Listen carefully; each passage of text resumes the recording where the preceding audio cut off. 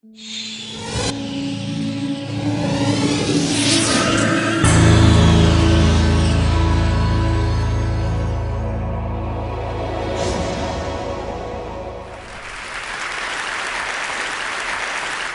going to go on a dive to the deep sea, and anyone that's had that lovely opportunity knows that for about 2.5 hours on the way down, it's a perfectly positively pitch black world. And we used to see the most mysterious animals out the window that you couldn't describe, these blinking lights, a world of bioluminescence like fireflies. Dr. Edith Witter, she's now at the Ocean Research and Conservation Association, was able to come up with a camera that could capture some of these incredible animals, and that's what you're seeing here on the screen. That's all bioluminescence, like I said, just like fireflies.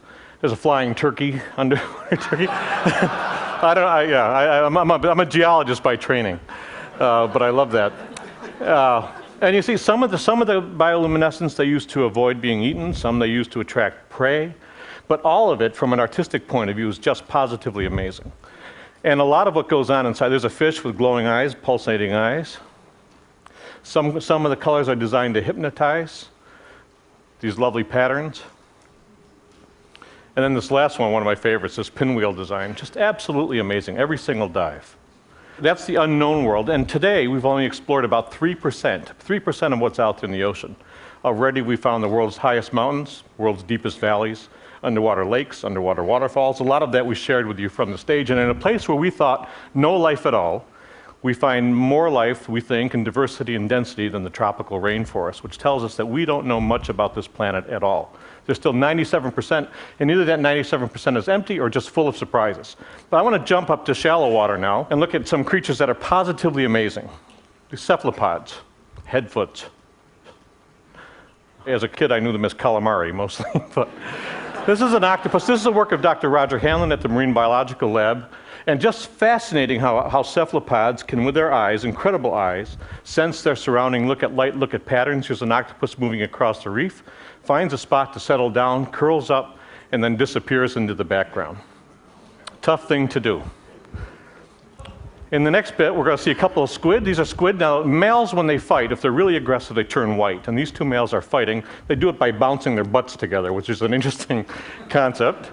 Now here's a male on the left and a female on the right, and now the male has managed to split his coloration so that the female only always sees the kinder, gentler squid in him. And the male's on the We're going to see it again. Let's take a look at it again. Watch the coloration. White on the right, brown on the left. He takes a step back, so he's keeping off the other males by splitting his body, and he comes up on the other side. Bingo. Now, I'm told that's not just a squid phenomenon with males, but I don't know if that's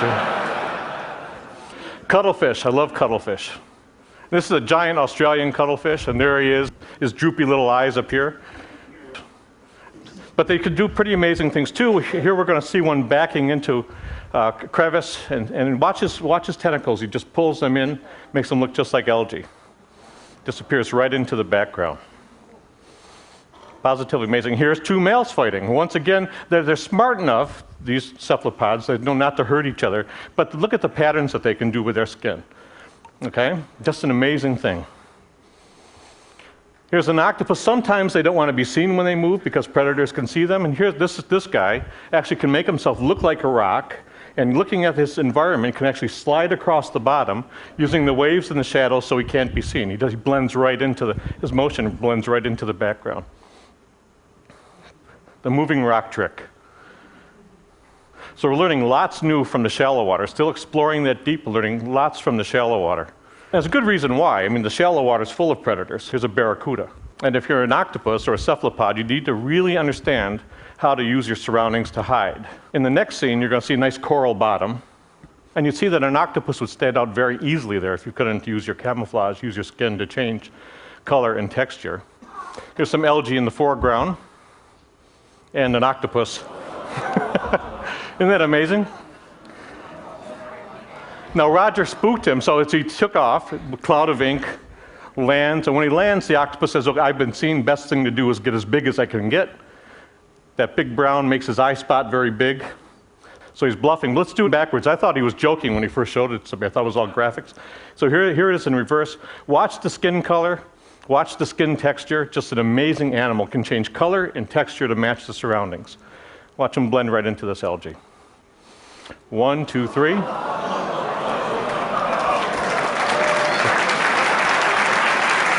And now he's gone, and so am I.